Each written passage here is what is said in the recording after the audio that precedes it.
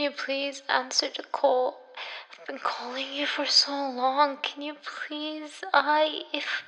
What I beg if you, please. if only Can you I please just give me one more would chance? I will do would anything. you I need please them back can in I my can I life. have I will do one anything. last Please, I chance? beg One you. last chance, Please, please. I will please, make it please. better. I beg you. Please. Can you If please only help I me? had I need your help. if One I last if I do chance. this Can I then talk to you if I for if one I last had tried time? Can I harder, please I just be with you I for one more I day? beg. If only I had one last time with you. Welcome, dear listeners, to another episode of the Mindofruba podcast, where we delve into the depths of our minds to explore the beauty of poetry, storytelling, and the pursuit of happiness.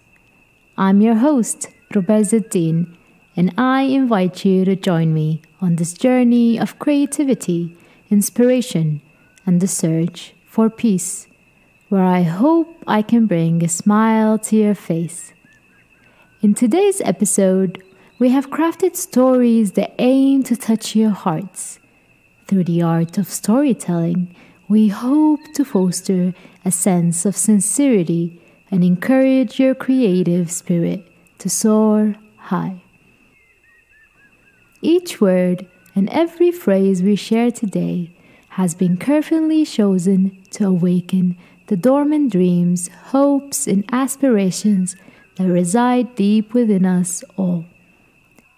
It is my sincere desire that this episode becomes a respite from the chaos of the world, offering you a momentary escape into a world of pure imagination where happiness and peace intertwine. Do you know the feeling of wanting to do anything to bring something back? The feeling of willing to give anything and everything.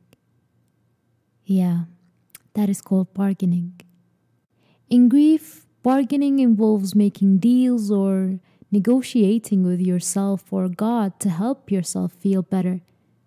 You would also wonder whether being a better person or doing something differently could have prevented the loss. This feeling happens in many cases. It could be that you lost someone, a business, a job, a friendship, a relationship, a physical ability, or a sense of control or independence. It literally can be many different things in which we face the third stage of grief. Bargaining can be in both the present or the past. In the present, people try to make deals, as I mentioned before. They think that being different or doing something differently can improve the situation they are in, which usually isn't the case. While bargaining over the past is when people ruminate over what if situations and wish to go back and change the past in hopes of preventing the loss. It might sound impossible to you as of now, but when you are in the middle of experiencing grief, nothing makes sense to you. And everything is overwhelming to the point where you believe in things that are impossible.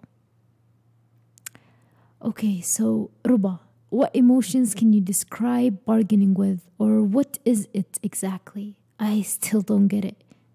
You might say, I will let you in some of the characteristics of the bargaining stage of grief. Starting with number 1, feeling guilty or ashamed of your thoughts or actions. Number 2 is feeling scared, insecure, or anxious. Number 3, ruminating over what could have been. 4, holding yourself responsible for the circumstances.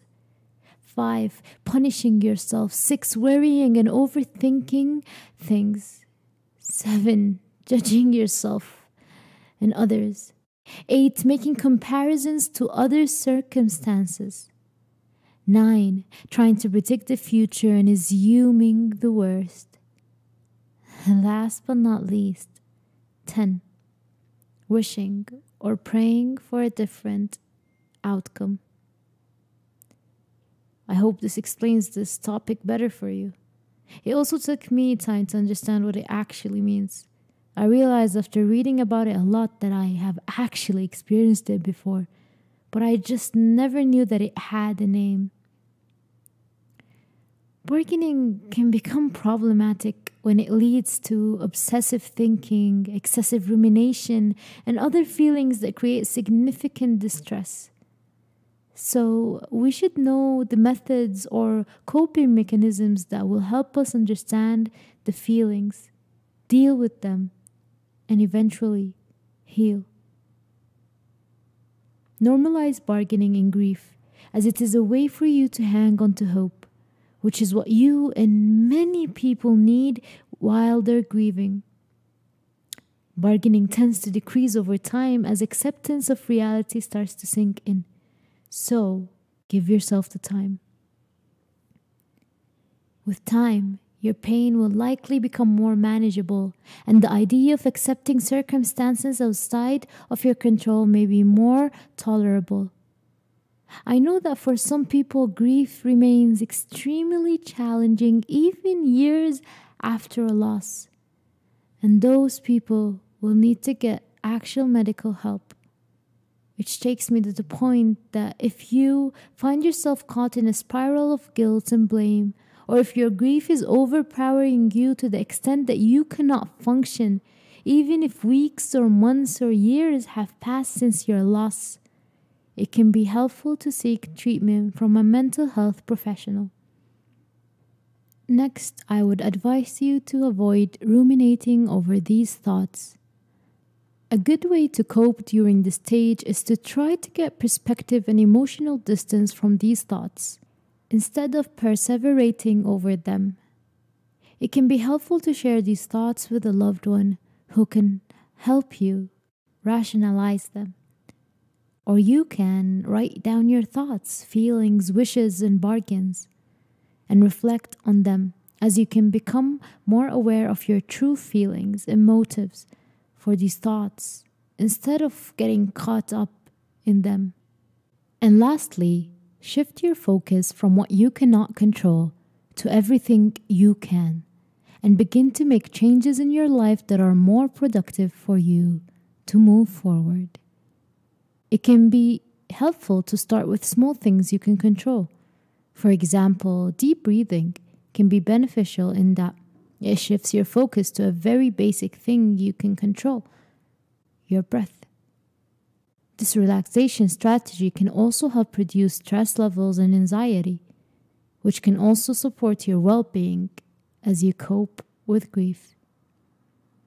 Grief can be a difficult and painful process, and you may find yourself wishing against all odds that there's something you can do to make things better. With time, however, you will be able to accept the loss and focus on the things that are within your power to control, so you can start to move on with your life.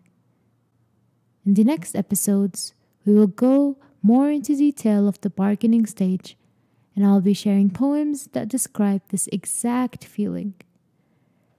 I really hope that I can help even one person feel better, even if it was just for a moment. Even if it was just when they're hearing this podcast. I hope I can calm your heart. I will always be here with you. As we reach the end of our journey together, I hope you feel inspired and refreshed, as if you've taken a deep breath of the purest air that nature has to offer. Remember, happiness is not a destination, but a state of mind we can cultivate and embrace. By nurturing our creativity and finding solace in poetry and storytelling, we can tap into a wellspring of joy that resides within us all. Thank you for joining me today on this voyage of words and emotions. I encourage you to carry the light of happiness and peace that you've discovered here into your daily lives, spreading it like ripples in a calm lake, touching the hearts and minds of those around you. Before we part ways, I would like to express my deepest gratitude to each and every one of you, my dear friends, for your unwavering support. Your presence makes this journey worthwhile, and I hope to continue inspiring you in the pursuit of happiness and the celebration of creativity. Thanks for listening. If you've enjoyed this episode and you'd like to help support the podcast, please share it with others, post about it on social media, and leave a rating and review. To catch all the latest from me, you can follow me on my Instagram account at Mindofruba. Until we meet again, may your days be filled with joy, your hearts overflow with peace, and your minds dance with the beauty of endless possibilities. This has been the Mindofruba podcast, and I bid you farewell with a promise to return soon, ready to embark on another enchanting adventure together. Don't forget, the goal here is to smile.